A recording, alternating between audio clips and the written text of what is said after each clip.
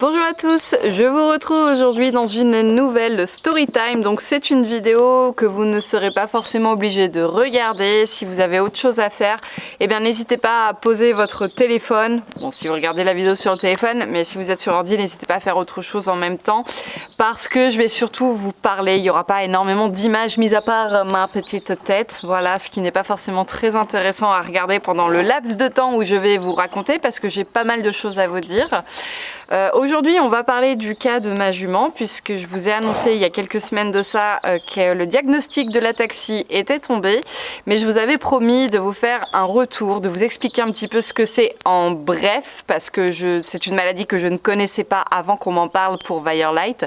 D'ailleurs, je vous mets en bas dans la barre de description un article que j'ai trouvé sur internet et que je trouve vraiment très complet, qui m'a beaucoup aidé aussi à comprendre un petit peu les symptômes, la pathologie de ma jument, mais qui reste quand même un petit peu complexe étant donné que il y a plusieurs causes à l'ataxie, parce qu'il y a également plusieurs facteurs, plusieurs conséquences. Du coup, je préfère vous laisser aller regarder et lire cet article de vous-même plutôt que de tout vous détailler, puisque ça ne vous intéressera pas et que tout ne concernera pas forcément Firelight. Alors, je vais pas vous cacher que j'aurais préféré préparer cette vidéo, mais que je ne l'ai pas fait, puisqu'en fait j'ai beaucoup d'affect à vous filmer cette vidéo, et que quoi de mieux que de laisser parler mon cœur comme les idées, comme les paroles me viennent, plutôt que de faire un texte préparé. Mais aussi parce qu'en fait j'ai eu beaucoup de difficultés à me poser devant la caméra, puisque en m'exposant sur les réseaux, et je vais vous avouer que j'avais très peur des retours que je pourrais avoir auprès de certaines personnes mal intentionnées, malveillantes, qui jugent sans forcément trop réfléchir ou prendre le temps de se poser et de se dire que par respect pour la personne, ou qu'avec un petit peu de recul, on aurait tendance à se dire que finalement ces personnes auraient peut-être fait la même chose. Toujours est-il, je vous demanderai d'être le plus respectueux possible. Vous avez le droit d'avoir votre avis, bien évidemment, ce n'est pas quelque chose que je vous interdis. Vous avez également le droit de donner votre avis, mais essayez de formuler ça de façon le plus respectable possible, s'il vous plaît. C'est assez difficile pour moi. Je n'ai pas besoin et envie de lire quelque chose de désagréable dans les commentaires. Voilà, je vous en remercie. La vidéo va pouvoir commencer. Je vous raconte l'histoire de ma jument, ce qu'elle a et pourquoi est-ce que j'ai pris certaines décisions. C'est parti.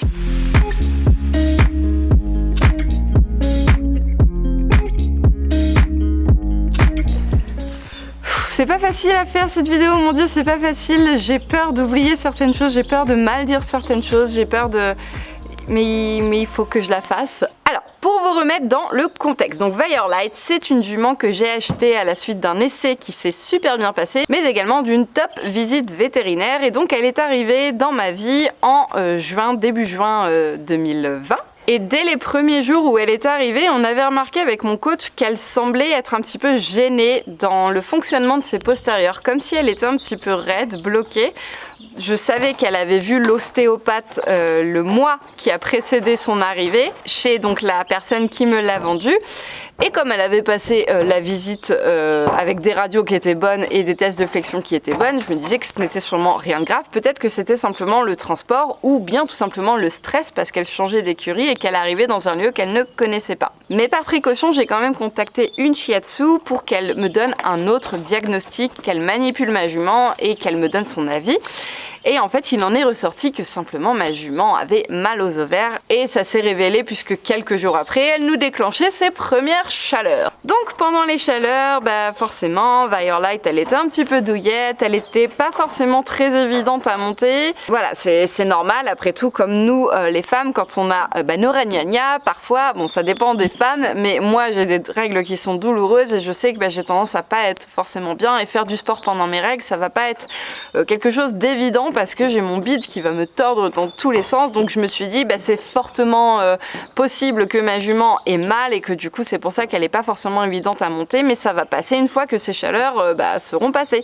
Sauf que malheureusement ce n'a pas été vraiment le cas, et j'ai commencé à rencontrer des difficultés à partir au galop du pas, mais également du trot, où ma jument, alors surtout à gauche, ma jument ne voulait plus partir. Voilà, elle avait vraiment du mal à engager son postérieur sous elle.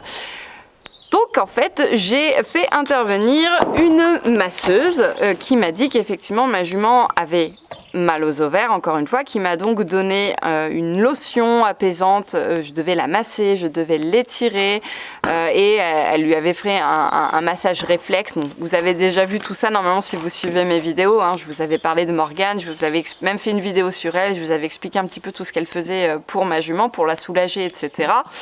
Masseuse qu'elle a vue 3 fois et malheureusement au bout de la 3e fois, ma jument n'allait toujours pas bien, elle avait toujours des douleurs et ce fameux souci au galop à gauche que j'avais, je l'avais maintenant également à droite. Et je me suis beaucoup remise en question à ce moment-là parce que forcément je me suis dit peut-être qu'en fait c'est moi qui fais mal quelque chose, peut-être que je la gêne dans son départ, peut-être que je place mal mes aides. Mais finalement plusieurs personnes sont montées dessus et ces mêmes personnes ont également rencontré les mêmes difficultés que moi. Donc je me suis un petit peu déculpabilisée, mais je me suis dit qu'il y avait forcément un problème quelque part. Ce qu'il faut savoir, c'est que la personne qui me l'a vendu, ça s'est super bien passé. On s'est même revus pendant que j'avais Firelight, on a gardé un très bon contact. Et à chaque fois qu'il y avait quelque chose qui n'allait pas, je n'hésitais pas à lui envoyer un petit SMS ou alors à l'appeler parce que c'est une jument qu'elle connaissait un petit peu, puisqu'elle l'avait travaillé quelques semaines avant moi. Il faut savoir qu'elle avait Firelight chez elle depuis 1 an, mais qu'elle l'avait remise véritablement au travail depuis 2 mois, puisqu'à la base, elle l'a destinée à être poulinière. C'est juste que comme Firelight avait beaucoup de facilité sur le dressage et beaucoup de potentiel, elle s'est dit que ce serait dommage de la faire pouliner maintenant et de ne pas exploiter un petit peu toutes ses capacités, en fait. Donc voilà, je m'attendais à ce qu'elle m'aide un petit peu. Et c'est ce qu'elle a accepté de faire, hein. Elle est même revenue me voir, elle m'a dit essaye de faire ci, faire ça. Et c'est vrai qu'elle a été tout de suite très gentille avec moi et elle m'a même dit écoute Cassandre, voyant que j'étais quand même soucieuse, inquiète de ce que pouvait avoir ma jument, elle m'a dit si vraiment elle a quelque chose de grave, écoute on annule la vente, voilà je te rends ton argent, je récupère la jument et comme ça tu pourras repartir l'esprit un petit peu libéré, tu t'occupes de ta vie, de ta fille, de tes poneys et tu peux repartir à la recherche d'un cheval qui pourrait correspondre à ce que tu voulais à la base quoi. J'ai trouvé ça vraiment très honnête de sa part. Je pense que pas énormément de vendeurs auraient été capables d'avoir cette réflexion et d'être prêts en fait à annuler la vente tout simplement, hein.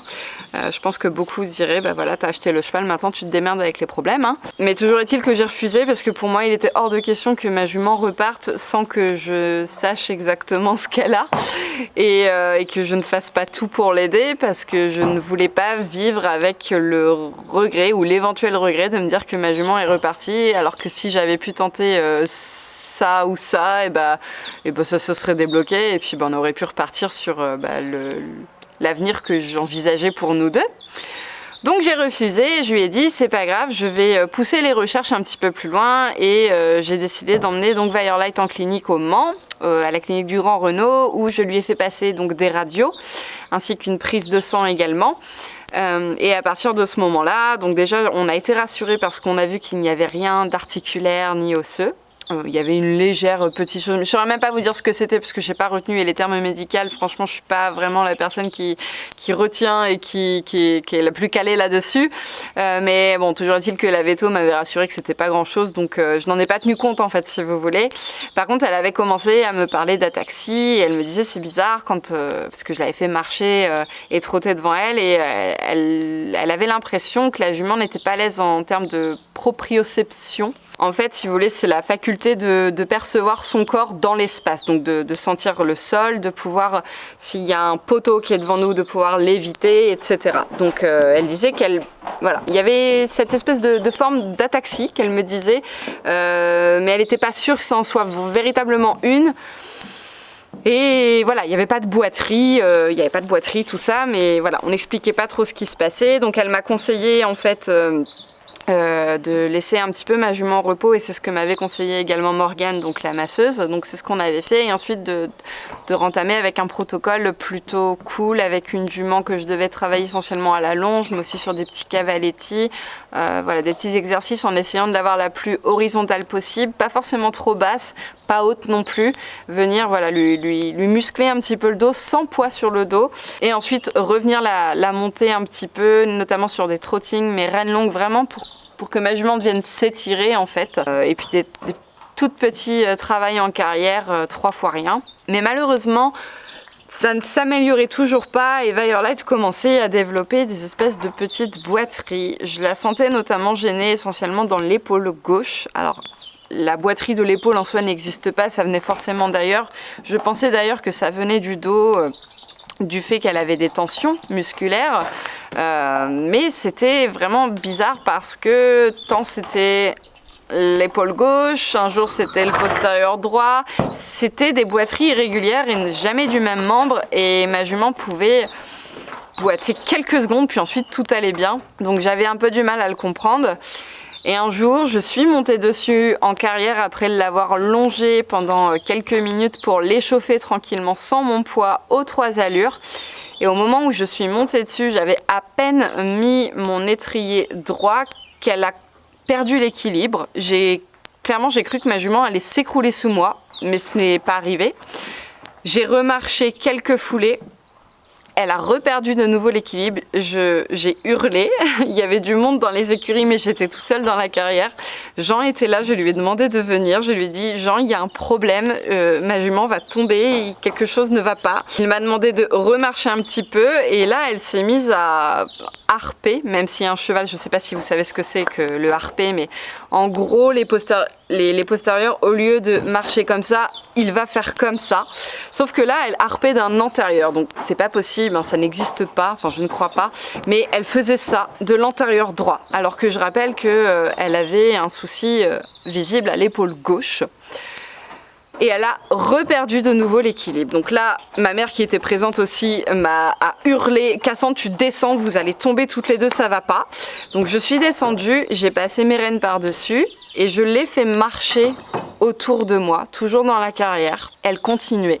Voilà, son espèce de mouvement a levé fort en fait le membre et frappé du sol, mais par contre elle ne s'écroulait plus. Voilà, j'étais plus sur son dos et ça semblait la soulager. J'ai de nouveau contacté son ancienne propriétaire pour lui expliquer ce qui venait de se passer.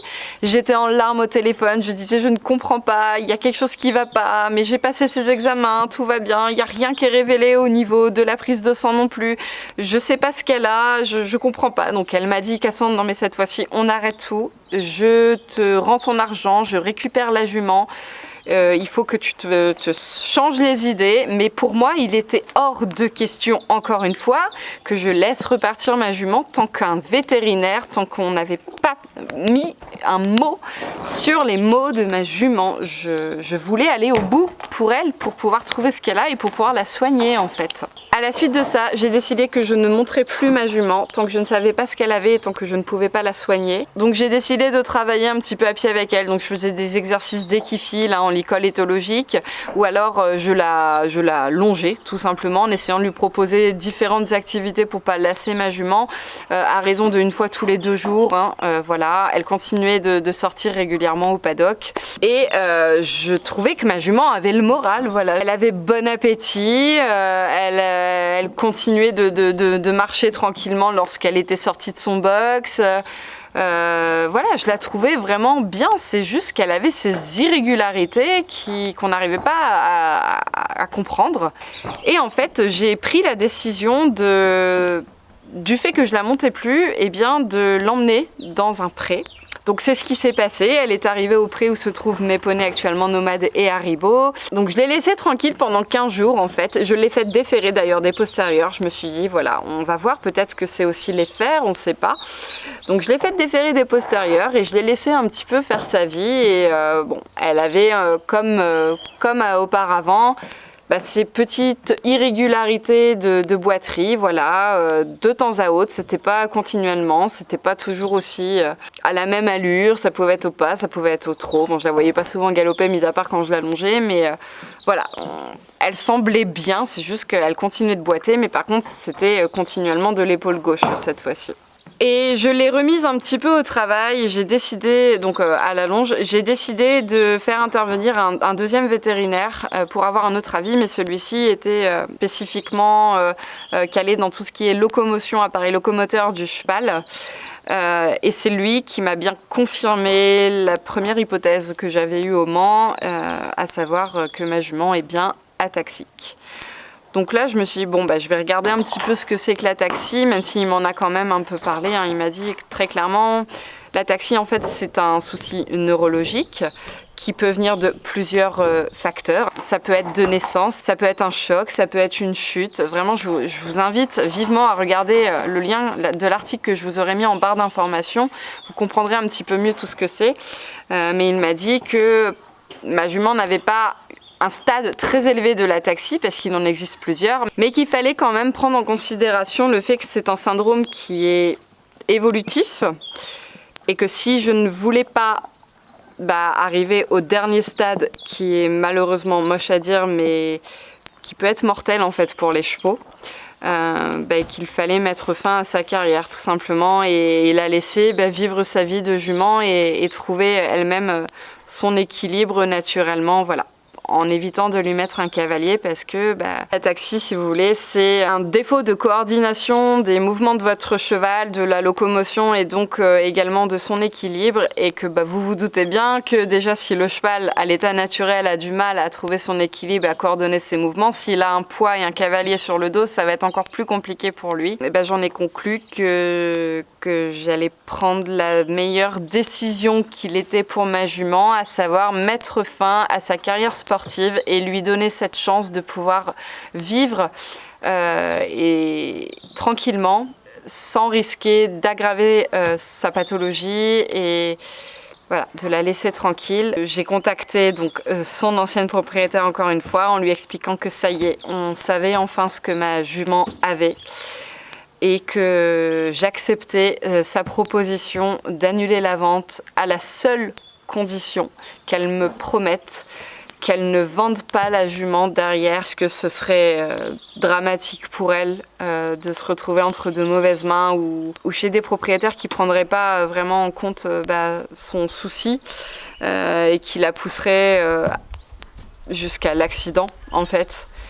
Et elle me l'a promis, et ma jument là à l'heure actuelle, enfin je dis ma jument, mais malheureusement ce n'est plus ma jument.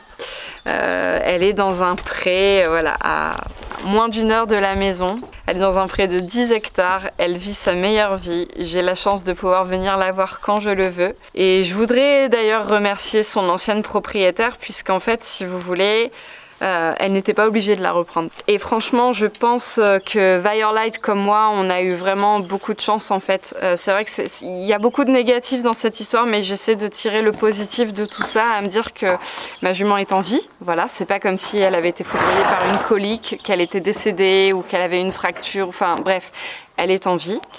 Elle va vivre sa meilleure vie, c'est-à-dire dans un pré. Et moi, je suis très reconnaissante aussi et très chanceuse, puisque il est vrai que j'aurais pu garder Firelight et lui offrir la vie qu'elle vit actuellement, à savoir être dans un pré tranquillement. Mais j'ai cette chance, cette putain de chance, d'être tombée sur une personne en or qui m'a toujours promis, voilà, qu'elle reprendrait la jument et qu'elle la garderait, qu'elle ne la revendrait pas derrière. Et c'est ce qu'elle a fait, hein, parce qu'en fait, ce que vous ne savez pas, c'est que Firelight est repartie il y a plusieurs semaines maintenant, que je ne vous l'avais pas encore annoncé parce que je voulais trouver le bon moment. Je voulais aussi prendre un petit peu de recul pour pas fondre en larmes, comme j'ai pleuré, énormément pleuré quand le diagnostic est tombé. Mais il est vrai, comme cette personne me l'a rappelé, qu'à la base, je souhaitais un cheval pour pouvoir prendre la relève de Nomade, refaire un petit peu de compétition, remonter dessus, pourquoi pas faire monter Jean dessus, enfin voilà, un petit cheval de famille avec lequel je pourrais vivre de folles aventures comme j'ai vécu avec Nomade jusque maintenant, et comme j'espère continuer de vivre avec lui et avec Haribo. Mais comme elle l'a souligné, tu t'étais engagé pour 3 chevaux. Est-ce que tu te sens capable d'en assumer 4, ou est-ce que tu revois tous tes objectifs et tu arrêtes de monter à cheval, ou tu as Nomade un petit peu et tu travailles Haribo à pied, mais voilà, tu arrêtes, ou alors tu acceptes cette opportunité que je t'offre, à savoir que je te rends ton argent, je récupère la jument, mais je ne la vends pas, je la garde, elle est au pré, je vais pleurer. Elle vit sa meilleure vie, tu viens la voir quand tu veux, c'est juste que tu repars à zéro, et la jument elle est bien, et toi tu repars bien, et vous avez l'esprit libre toutes les deux, et mon Dieu, mais merci la vie, merci, parce que effectivement ça aurait pu se finir autrement. Et je pense que j'ai beaucoup de chance malgré tout. Et au moins j'ai été au bout. Je ne regrette absolument pas parce que même si là Firelight est reparti et qu'au final j'ai fini par céder entre guillemets la proposition qu'elle m'avait toujours faite, mais j'ai été au bout. Voilà, je ne regrette pas parce que ma jument est repartie en connaissance de cause. Je sais qu'elle est bien, je sais que j'aurais tout fait pour elle, que j'aurais pas regretté et que ça se finit bien au final. À l'heure d'aujourd'hui, j'imagine que beaucoup de personnes vont se demander ce que je compte faire. Est-ce que je compte toujours racheter un autre cheval comme il était prévu? Alors je pense effectivement que ça arrivera, c'est juste que j'ai un petit peu besoin d'encaisser le coup et je ne vais pas vous cacher qu'en fait je suis retournée essayer certains chevaux et je regarde un petit peu ce qu'il y a sur internet, sur les annonces, mais c'est trop frais et en fait j'ai l'impression de ne pas être véritablement dedans et j'ai très peur aussi, même si voilà, l'histoire qui m'est arrivée n'arrivera très certainement plus jamais, hein. Voilà, c'est un cas exceptionnel on va dire, mais je ne peux pas m'empêcher de me dire si jamais ça venait à se reproduire de nouveau, quoi. En tout cas, je vous remercie beaucoup d'avoir pris le temps d'écouter cette vidéo jusqu'au bout. J'espère que vous comprendrez, que vous ne serez pas... Moi, ce qui m'effraie le plus, en fait, c'est que j'ai vraiment peur. Je ne vais pas vous le cacher en toute honnêteté. Il y a certaines personnes qui sont tellement méchantes et j'ai très souvent vu sur les réseaux sociaux des personnes se faire insulter, et ça a été mon cas quand j'ai vendu ma Ponette Ultra de monstre, parce que quand on prend un cheval, on le prend à vie, etc. Et je partage vraiment ce point de vue, mais sans pour autant être catégorique, puisque à partir du moment où un cheval ne correspond pas à son cavalier, ou alors qu'un cavalier ne correspond pas au cheval, je pense qu'il est plus honorable et plus réfléchi de séparer en fait ce binôme pour que chacun y trouve son compte. Et en fait, j'ai tellement peur que les gens m'accusent, me pointent du doigt, parce que je l'ai déjà vécu une fois, même si là c'est une situation complètement différente, que j'avais peur de vous en parler. Mais en même temps, je me dois de vous en parler puisque vous partagez mon quotidien. Et parce que vous vous seriez forcément demandé où était passée Firelight, pourquoi elle n'était pas dans le pré des chevaux. Et j'espère malgré tout en fait que ces personnes auront assez de recul, de réflexion et de maturité pour se dire que tout est bien qui finit bien. Voilà. Et encore, j'ai pas envie de dire finit bien, parce que ça ne se finit pas. Je vais revoir ma jument, je dis encore ma jument, je vais revoir Firelight. Elle vit sa meilleure vie, elle est vivante. On a pris en cause sa pathologie, on a tout fait pour son confort à elle. Et son ancienne propriétaire, qui redevient du coup son propriétaire, a également tout fait pour mon confort à moi aussi. Et c'est une chance inouïe et je tiens vraiment à la remercier. C'est une personne en or et voilà. J'ai rien d'autre à dire de plus. Vous aurez peut-être des questions, je vous laisse les poser en commentaire si vous voulez, je vous y répondrai. Voilà, j'espère que vous comprendrez, j'espère que vous ne serez pas trop triste non plus, ne le soyez pas. Voilà, avec du recul, j'ai fini par accepter et les choses se finissent bien. Encore une fois, je vous le dis, hein, je vais bien, Firelight va bien. Ne soyez pas triste, ne soyez pas déçus et appréciez cette chance qu'on a eue toutes les deux en fait de tracer cette histoire et de voir celle qui s'ouvrait à nous. Voilà, je vous fais de gros bisous, à très bientôt dans une prochaine vidéo. Salut.